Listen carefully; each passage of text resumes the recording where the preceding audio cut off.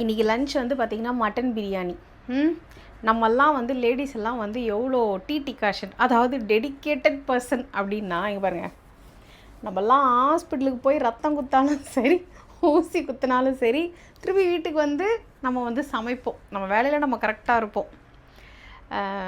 ஐயோ பரவாயில்ல, உள்ளதாக இருக்கார், இருந்தாலும் பரவாயில்ல.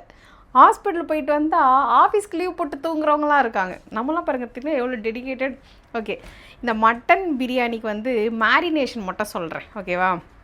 இங்கே பார்த்தீங்களா, 1 கிலோ மட்டன் இருக்குது. உப்பு போட்டேன் ஏற்கனவே, லைட்டாக தண்ணி ஊற்றி வச்சுருக்கேன். கொஞ்சமாக மஞ்சள் பொடி போட்டுக்கொள்ளுங்கள். ஒரே ஒரு ஸ்பூன் மிளகாத்தூள், காஷ்மீரி சில்லி பவுடர், அது தயிர். ஒவ்வொருத்தரும் ஒவ்வொரு மாதிரி மேரினேட் பண்ணுவாங்க. என் ஸ்டைலில் நான் பண்ணுறேன். ஏதாவது விட்டு போச்சுன்னா கமெண்ட் செக்ஷனில் சொல்லுங்கள். நீங்கள் ஏதாவது எக்ஸ்ட்ரா போடுவீங்க அப்படின்னாலும் சொல்லுங்கள். இஞ்சி பூண்டு பேஸ்ட்டு, ஓகேவா? அவ்வளோதான், போதும். மீதி பிரியாணியில் போட்டுக்கலாம். இதெல்லாம் மிக்ஸ் பண்ணிவிட்டு தண்ணி ஊற்றாமலே கூட நம்ம விசில் விடலாம். இதுக்குள்ளேருந்து தண்ணி வரும். இல்லை குக்கர் வெடிச்சிரும், எனக்கு பயமாக இருக்குது அப்படின்லாம் பயந்தீங்க அப்படின்னா நோ ப்ராப்ளம், ஒரு 1/2 டம்ளர் தண்ணி தாராளமாக ஊற்றிக்கலாம்.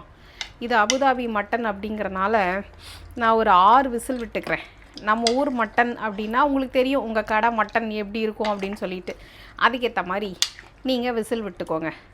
ஆனால் யூஸ்வலாக விடுற விசிலை விட ஒரு விசில் கம்மியாகவே விட்டுக்கோங்க. ஏன்னா நமக்கு பிரியாணியில் வேறு கொஞ்சம் நேரம் வேக வைக்கணும் இல்லையா? அதில் 3/4 வேக்காடு வெந்தால் போதும். பிரியாணி பண்ணுறேன், அதனால் ஜஸ்ட்டு இந்த இந்த இந்த கரண்டி வாஷ் பண்ணுற தண்ணி மட்டுமே போதுமானது. ஓகே, வெந்த பிறகு எப்படி இருக்குது, எவ்வளோ தண்ணி வருதுன்னு காட்டுறேன். ஆப்பா, ஆவி அடிக்குது. இங்கே பார்த்தீங்களா தண்ணி எவ்வளோ வந்திருக்கு. நான் ஊற்றுனதை வந்து பார்த்திங்கன்னா ஒரு 1.5 டம்ளர் போல் ஊற்றிருப்பேன். எனக்கு வந்து அப்படியே டபுளாக வந்திருக்கு. ஸோ வரும், குக்கருக்கு ஒன்றும் ஆகாது.